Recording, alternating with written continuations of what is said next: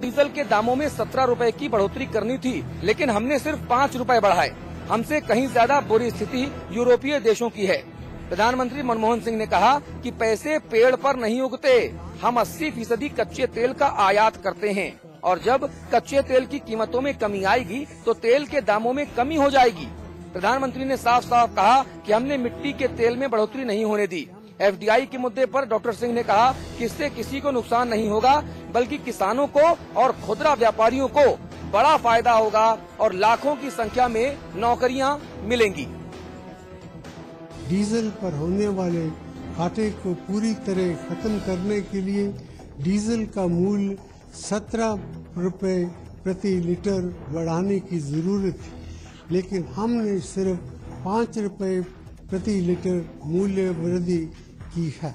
Doctor Manmohan Singh ने कहा कि यूपीए सरकार आम जनता की सरकार है और जिस तरह से देश हित के लिए कड़े कदम उठाए जा रहे हैं, आगे भी सरकार वैसे कड़े कदम उठाती रहेगी, कोई माने या ना माने, क्योंकि एक प्रधानमंत्री के तौर पर देश की आम जनता का ख्याल रखना उनकी पहली प्राथमिकता है। मनमोहन सरकार में नहीं रही ममता। दीदी ने अपना वादा निभाया और जुम्मे के रोज 4:30 बजे दीदी के 6 मंत्रियों ने अपना इस्तीफा प्रधानमंत्री मनमोहन सिंह को सौंप दिया।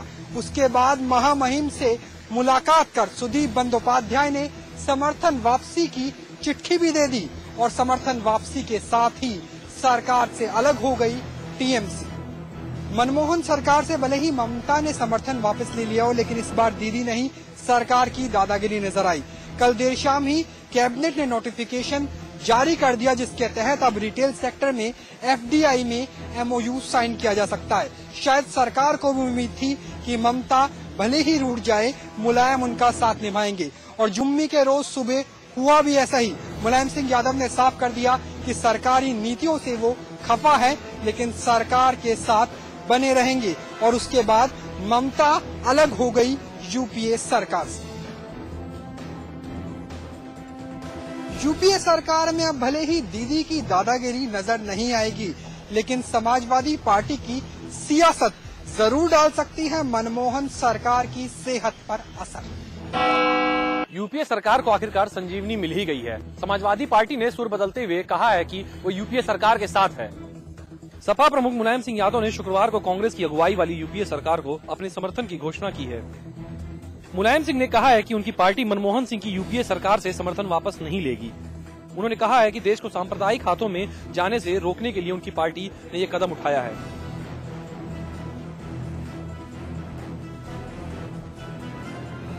देखिए, जहाँ तक हमारा समर्थन साफ है, हम कम्युनिस्ट फोर्सेज को, सांप्रदायिक शक्तियों को पावर में नहीं आने देना चाहते हैं, इसलिए मैं समर्थन दे रहा हूं। मैं यूपीए में नहीं हूं, लेकिन समर्थन कांग्रेस का दे रहे हैं, जिससे सांप्रदायिक शक्तियां कहीं आगे ना जाएं। लेकिन नेताजी, आप लोगों ने कल FDI का विरोध किया, बावजूद इसका सरकार ने रात में ही वो नोटिफाई कर दिया वो ऑर्डर, तो आप लोगों का विरोध तो किस मतलब? हमारा काम है जनता से पहुंचाना कि देखिए ये गलती कर रहे हैं, हम इनकी गलती के साथ नहीं है, हम विरोध कर रहे हैं। वापस ले रहे हैं समर्थन वापस क्यों ले लें? मैं जब कह रहा हूं कि सांप्रदायिक शक्तियां आ जाएंगी, सांप्रदायिक शक्तियों के साथ अलग रखना है, दूर रखना है सत्ता से, इसे कांग्रेस का समर्थन कर रहे, यूपीए में नहीं हमें। उधर रामगोपाल यादव ने भी अपने सुर बदले और कहा कि अभी उनकी पार्टी सरकार के साथ है। समाजवादी पार्टी जब डिसाइड करेगी तब करेगी, अभी समाजवादी पार्टी को डिसाइड सरकार के साथ सरकार के कदमों के खिलाफ है, लेकिन सरकार के साथ। डेमोक्रेटिक सिस्टम यही होता है, विरोध करने का तरीका सड़कों पर करना पड़ता है। गवर्नमेंट अपना काम करती है, विरोध अपना काम करता है। तानाशाही रवैया नहीं कहेंगे उनका? तानाशाही रवैया का परिणाम चुनाव में जनता दे देती है। तीसरे मोर्चे पर भी बोले नेताजी। मुलायम सिंह यादव ने कहा कि इस बार चुनाव के बाद तीसरे मोर्चे की ही सरकार बनेगी। जहाँ तक ये सवाल है वो तो साफ है कि आने वाले चुनाव में तीसरा मोर्चा ही जीतेगा। आप लीड करेंगे उसको? लीड करेंगे तो वो तय हो जाएगा कौन लीड करेगा। कोई कांग्रेस वालों से कोई बात हुई है? हर पार्टी से हमारी बात होती है। अगर केंद्र में तीसरे मोर्चे की सरकार आती है तो नेताजी मुलायम सिंह यादव बनेंगे प्रधानमंत्री। ये दावा किया है राम गोपाल यादव ने।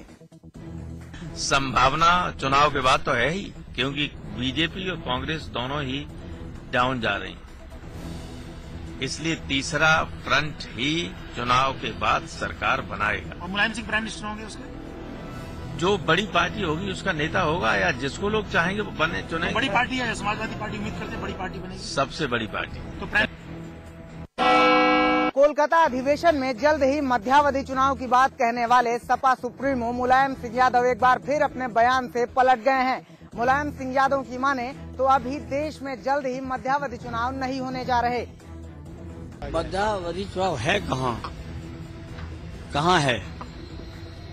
मध्यावधि चुनाव में अगर कांग्रेस को पूछे मध्यावधि चाहते नहीं चाहते, उनके हाथ में है। वो चुनाव कराना चाहते या सरकार चलाना चाहते हैं। काफी हद तक आपके ऊपर है कि मध्यावधि चुनाव होंगे कि नहीं होंगे, काफी हद तक हमारे ऊपर नहीं है, ये है कांग्रेस सरकार के ऊपर। ममता बनर्जी कह रही है कि सरकार अल्पमत में आ गई है। आपको लगता है सरकार अल्पमत में है? ममता बनर्जी कह रही है। ये तो लोकसभा में पता चलेगा।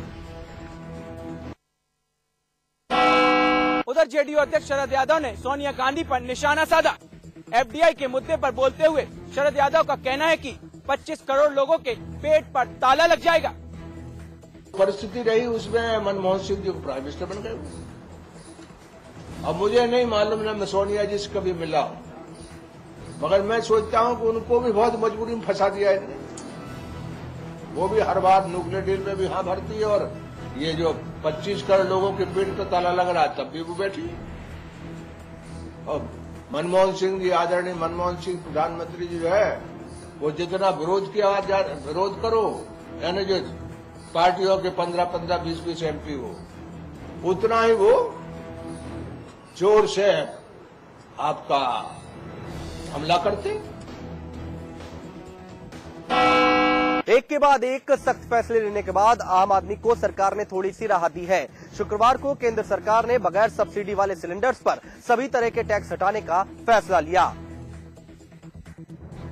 वित्त मंत्री पी चिदम्बरम ने कहा कि सिलेंडर्स पर कस्टम और एक्साइज ड्यूटी नहीं लगेगी। सरकार के इस कदम के बाद अब आम आदमी के लिए सब्सिडी रहित मिलने वाला 7वां सिलेंडर करीब 150 रुपए सस्ता हो जाएगा। सूत्र ने बताया कि 6 सिलेंडर के बाद मिलने वाले सिलेंडर की कीमत अब 750 की बजाय करीब 600 रुपए होगी। वित्त मंत्री ने उन राज्यों की सराहना भी की जिन्होंने अपने यहाँ सब्सिडी के दायरे में आने वाले सिलेंडरों की संख्या बढ़ाने का फैसला किया है।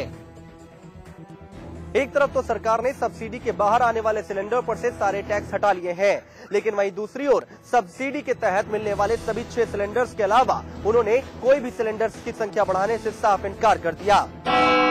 ममता बनर्जी के समर्थन वापस लेने के बाद केंद्र सरकार ने मंत्रिमंडल में फेरबदल करने की कोशिश तेज कर दी है। मंत्रिमंडल में फेरबदल करके कांग्रेस नए चेहरे को शामिल कर सकती है। सूत्रों के मुताबिक कांग्रेस आला कमान ने भी सरकार के फैसले को आगे बढ़ाने की हरी झंडी दे दी है।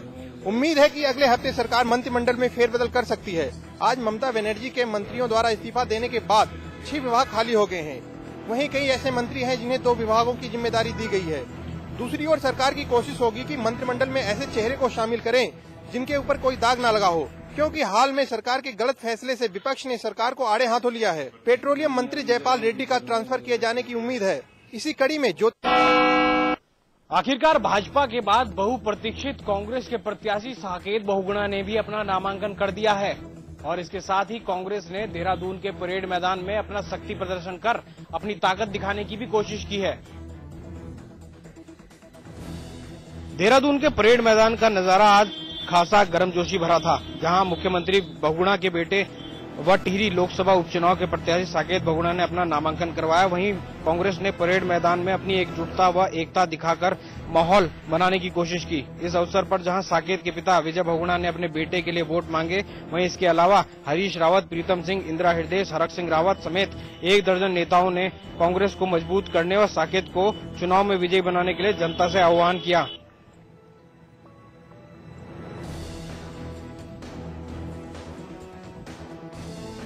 देखिए, बहुत प्यार मिल रहा है और हम तहरीक जनता के आभारी हैं कि उन्होंने जो प्यार स्वर्गीय हेमवती नंदन बहुगुणा जी को दिया, मेरे पिताजी को दिया, उससे थोड़ा ज्यादा ही प्यार मुझे मिल रहा है। और मैं आपके चैनल के माध्यम से सबसे हाथ जोड़ के विनती करता हूं कि मुझे 10 तारीख को अपना आशीर्वाद समेत वोट दें। पार्टी का आपको समर्थन नहीं मिल रहा है ऐसा? नहीं ऐसा पार्टी का कौन सा नेता ऐसा है जो यहाँ नहीं दिख रहा, बल्कि मुझे तो भाजपा का समर्थन मिल गया है। आज कंडारी जी ने मुझ पर आशीर्वाद दिया है। वहीं कांग्रेस के नेता भी इस एकजुटता को टिहरी लोकसभा उपचुनाव के लिए काफी महत्वपूर्ण मान रहे हैं। कांग्रेस प्रदेश प्रभारी चौधरी वीरेंद्र सिंह के अनुसार कांग्रेस चुनाव से पहले ही आधी लड़ाई जीत चुकी है। आखिरकार पूर्व कैबिनेट मंत्री मातवर सिंह कंडारी ने भाजपा को छोड़कर कांग्रेस का हाथ थाम ही लिया। कंडारी टिहरी का टिकट न मिलने और फिर बीरेन बिष्ट को बीजेपी में शामिल करने से नाराज थे। बीजेपी ने कंडारी के इस कदम को उनकी महत्वाकांक्षा बताते हुए पार्टी के साथ विश्वासघात बताया है। वहीं टिहरी के चुनावी मौसम में कंडारी के आने से कांग्रेस के लिए मनोवैज्ञानिक फायदे की स्थिति है। शुक्रवार को कांग्रेस के मंच पर मातवर सिंह कंडारी ने सोनिया गांधी जिंदाबाद, राहुल गांधी जिंदाबाद के नारे लगाए और कांग्रेस में शामिल होने का ऐलान कर दिया। साकेत बहुगुणा के नामांकन के अवसर पर कांग्रेस के दिग्गज नेता और केंद्रीय राज्य मंत्री हरीश रावत ने कहा है कि साकेत बहुगुणा टिहरी चुनाव में रिकॉर्ड मतों से जीतेंगे। साथ ही उनका ये भी कहना है कि कांग्रेस में किसी भी तरीके की कोई गुटबाजी नहीं है। कांग्रेस हमेशा एक होकर के लड़ती है और हमारी एकता में ही जीत भी है। तो क्या किस तरीके का ध्यान रखता है कि राज परिवार से टक्कर कैसी होगी? बहुत शानदार तरीके से कांग्रेस जीतेगी। टिहरी लोकसभा उपचुनाव के लिए साकेत बहुगुणा के नामांकन के दौरान मुख्यमंत्री विजय बहुगुणा ने कहा कि कांग्रेस टिहरी में सितारगंज का इतिहास दोहराएगी। सितारगंज का इतिहास दोहराएगा। टिहरी गढ़वाल की महान जनता मुझे 2 बार उन्होंने अपना आशीर्वाद दिया और आज प्रदेश में कांग्रेस की सरकार है, केंद्र में कांग्रेस सरकार है। जो अधूरे काम है विकास के पूरे करेगा साकेत। मायावती कार्यकाल में बनाया गया जिला छत्रपति साहू जी महाराज को समाप्त कर दिया गया है, यानी कि उत्तर प्रदेश से एक जिला कम हो गया है। आपको बता दें कि सुल्तानपुर और रायबरेली की 3 और 2 विधानसभा सीटों को काटकर इस जिले को बनाया गया था। सलोन और तिलोई विधानसभा सीट अब रायबरेली में ही रहेंगी, वहीं गौरीगंज और अमेठी सीट अब सुल्तानपुर में गिनी जाएंगी।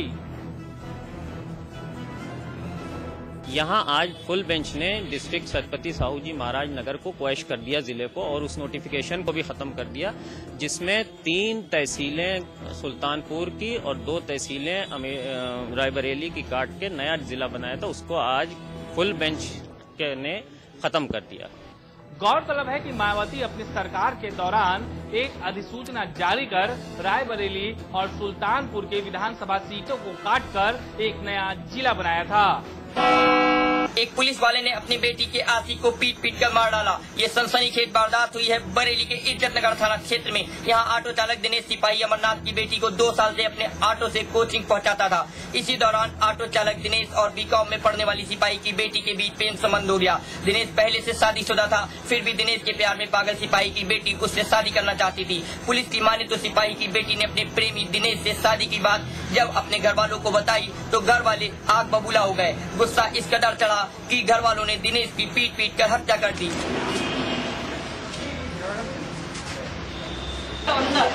पुलिस ने इस मामले में तत्काल कार्रवाई करते हुए आरोपी सिपाही अमरनाथ और उसके दोनों बेटों को गिरफ्तार कर लिया है, जबकि चौथा आरोपी अभी भी फरार है। सूबे की राजधानी लखनऊ में 1-2 नहीं बल्कि 250 स्कूल फर्जी चल रहे हैं, जिनके चलते हजारों छात्रों का भविष्य दांव पे लगा है। बेलगाम इन स्कूलों ने अंधाधुन बच्चों की भर्ती ये सोच के कर ली कि मान्यता तो मिल ही जाएगी, लेकिन इन्हें मान्यता नहीं मिली। जिला विद्यालय निरीक्षक ने खुद इन विद्यालयों की सूची जारी की है, और तो और जिला विद्यालय निरीक्षक ने इन स्कूलों के खिलाफ मुकदमा दर्ज कराने की अपील भी की है, लेकिन ये स्पष्ट नहीं बताया कि किन कारणों के चलते ये स्कूल अवैध हैं। लखनऊ ने उस सूची को थानेवार छांट लिया, जिस थाने में जो विद्यालय स्थित है वो सूची भेज दिया एसओ को, और एसओ को निर्देश किया कि अपने हिसाब से जांच कर लें कि इसमें क्या अवैधानिकता है, तो उसी हिसाब से जांच के उपरांत इस पर मुकदमा कायम करें, और जो विद्यालय जांच के आधार पर दोषी पाए जा रहे हैं उनके खिलाफ मुकदमा कायम किया जा रहा है। ये प्रक्रिया भी चल रही है। कारण न बताए जाने के कारण लखनऊ पुलिस ये समझ नहीं पा रही है कि किन ग्राउंड के चलते इन स्कूलों पे मुकदमा दर्ज किया जाए।